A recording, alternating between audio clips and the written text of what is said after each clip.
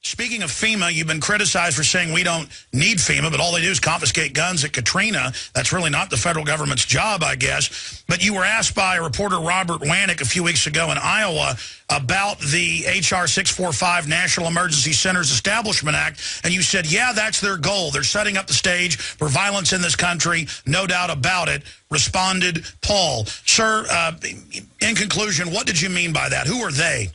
Well, I'm not even sure I recall that exact conversation, but, you know, the FEMA's in charge of all emergencies, so whether it's a natural disaster or whatever, they're in charge of our land. They're land planners, they're economic planners, and they're planning for any provision, and I think the establishment, the people in Washington, both Republicans and Democrats, know history just like we do, that you can have a breakdown of law and order. So the people, unfortunately, will be begging for a stabilization, and they'll be inviting the federal government to come in to stabilize things. So I think they're making plans along those lines to how they take care of a problem when there's a breakdown of law and order. And they'd like that power grab. That's their goal. It's all about power. Congressman Ron Paul, RonPaul2012.com, sir. Thank you so much for spending time with us. Okay, Alex. Good to talk to you. Good to talk to you. There goes Congressman Ron Paul, ladies and gentlemen. And I always feel guilty when I call up and get him on the show because I happen to know how hard he's working. But there he was, and that was definitely a powerful interview. Wow, that is the real deal. Perfect constitutional voting record. You claim you're an American, you claim you stand for America, that's it. In fact, I really have to agree. I admire Ron Paul more than anybody else out there alive, unless you're talking about my dad or somebody or my grandpa's. But politically, he's it.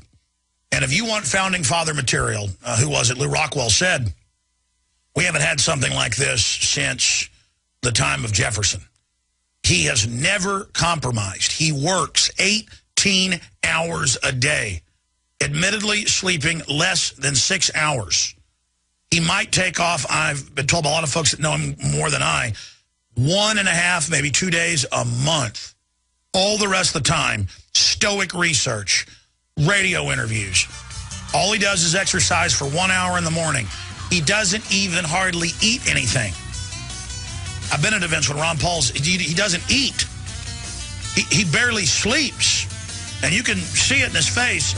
You've got to pray for that guy. I mean, that's why he gets demonized and attacked, and the COINTELPRO says he's not real. You're not real. You're scum. You're filth. You work for the Globalist. We'll be right back. Stay with us.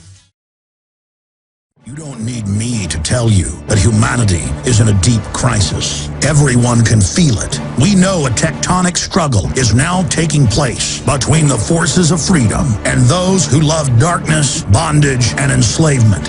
Yes, my friends, evil is rising. But take heart. For every action, there is an equal and opposite reaction. Recently, New World Order operative Hillary Clinton admitted they're losing the info war. We are in an information war, and we are losing that war. The globalists are scared. They've overreached. The future of the info war is in your hands. Join PrisonPlanet.tv. Download the thousands of special video reports, ebooks, and more, and get them out to everyone you know. Continue to spread the word about the broadcast on YouTube, Facebook, Twitter, and every other globalist propaganda platform. We are going to use their system against them. The info war now goes into high gear.